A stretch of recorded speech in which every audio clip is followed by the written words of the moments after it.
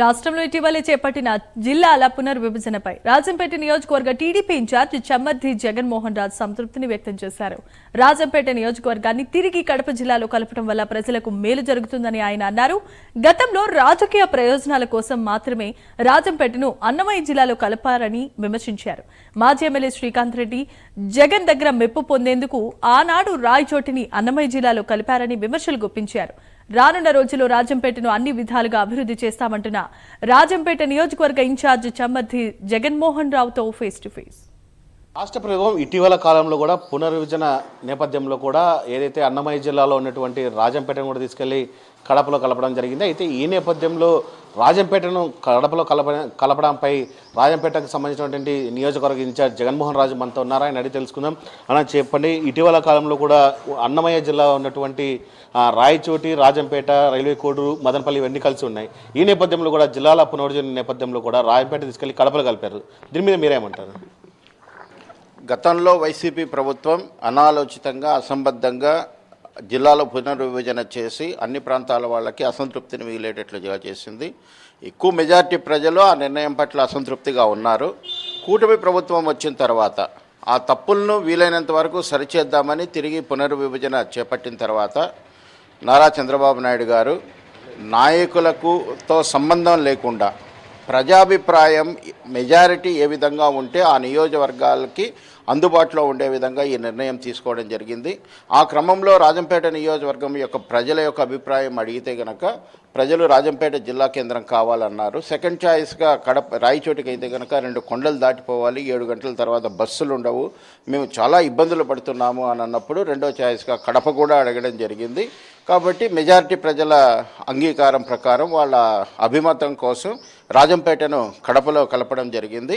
దీంతో దాదాపు ఒక చిన్న ఆందోళన వైసీపీ వాళ్ళు తిరిగి లేకెత్తించిన ఆఫీసులు ఎక్కడికో కదిలిపోతాయన్నా కానీ ప్రభుత్వం నుంచి స్పష్టమైన ఆదేశాలు రావడం జరిగింది. రాజంపేటలో ఉన్నటువంటి ఆఫీసులు ఎక్కడికి వెళ్ళవు, అదే ఆచరణలో జరుగుతుంది. కాబట్టి దాదాపు సంతృప్తిగానే రాజంపేట నియోజకవర్గ ప్రజలు ఈ పునర్విభజన పట్ల ఉన్నారని అనుకోవచ్చు. అంటే ప్రధానంగా మీరేమో వైసీపీని గత 5 సంవత్సరాల కాలంలో ఉన్నప్పుడు కూడా పునర్విభజన చేసిందని మీరు అంటున్నారు. కేవలం 2 రోజుల కిందట కూడా శ్రీకాంత్ రెడ్డి మాట్లాడుతూ కూడా పూర్తిస్థాయిలో కూడా మేము అన్ని మండలాలను అలాగే జిల్లాలకు ఏదో నియోజకవర్గాలు ఉన్నాయో అన్నీ చూసే మేము విభజన చేశామంటున్నారు. దీని మీద వెంట అన్నీ చూసి చేశామన్నప్పుడు ఇవాళ ఈ రాజంపేట పార్లమెంట్లో నియోజకవర్గాల ప్రకారం మనం గనక తీసుకుంటే 4 నియోజకవర్గాలు మదనపల్లి కోరుకున్నాయి, ఒక నియోజకవర్గం తిరుపతి కోరుకునింది, ఇంకొక నియోజకవర్గం రాజంపేటను కోరుకునింది.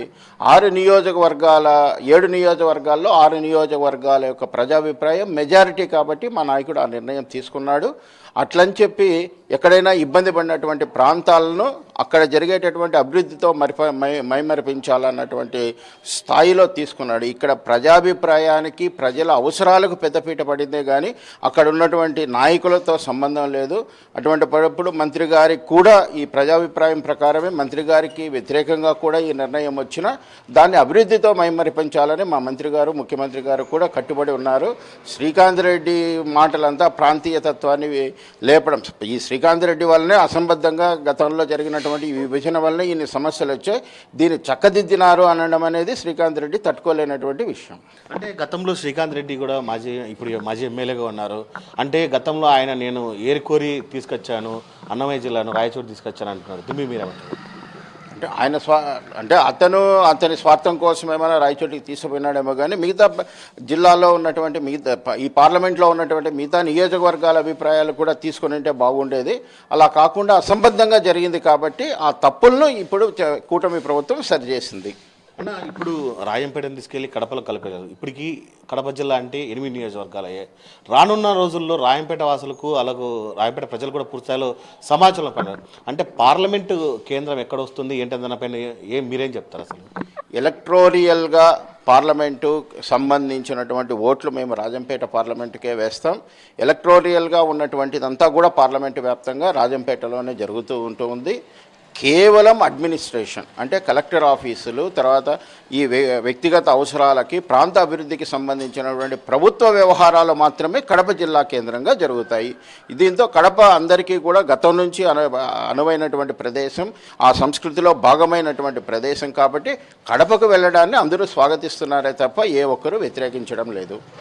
ఇటీవల కాలంలో కొంతమంది మీ రాజంపేట నియోజకవర్గం చెందిన వైసీపీ నాయకులు కూడా జగన్మోహన్ రాజు అవినీతికి పాల్పడుతున్నారు, అవినీతికి పెద్ద ఎత్తున నిలువు అని చెప్తున్నారు.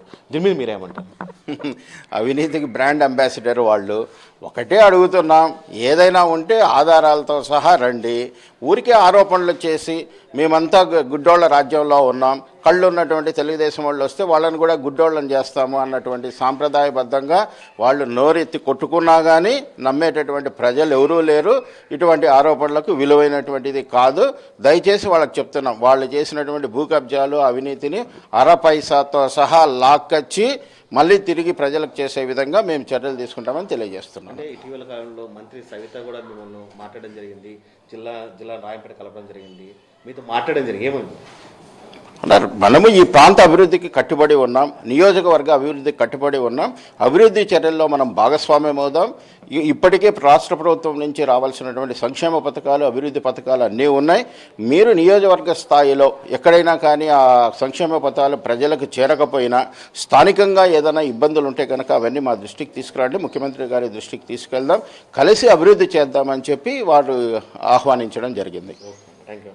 ఇది మొత్తంగా చూసుకుంటే కనుక ఏదైతే రాజంపేట తీసుకెళ్లి కడపలో కలపడంపై అయితే కనుక పూర్తిస్థాయిలో జగన్మోహన్ రాజు గారి హర్షం చేస్తున్న వ్యక్తి అయితే ఉంది. అయితే పూర్తిస్థాయిలో కూడా తన మీద చేసినటువంటి ఆరోపణలు, దానిలో ఏది నిజ నిజాలు ఉంటే కనుక పూర్తిస్థాయిలో బయట పెట్టాలని చెప్పి ఆయన కూడా సవాల్ ఇస్తున్న పరిస్థితి అయితే ఉంది. ఇటీవల కాలంలో సవితని కలిశారు. సవితని కలిసిన తర్వాత కూడా పూర్తిస్థాయిలో కూడా ఆమె దృష్టికి తీసుకెళ్లి పూర్తిస్థాయిలో రాజంపేటకు సంబంధించినటువంటి కడపలో కలపడంపై హర్షం వ్యక్తం చేసిన పరిస్థితి అయితే ఇక్కడ ఉందని నెలకొందని చెప్పుకోవచ్చు. వీడియో జర్నలిస్ట్ రాకేష్తో సుధీర్, ప్రైమ్ న్యూస్, కడప.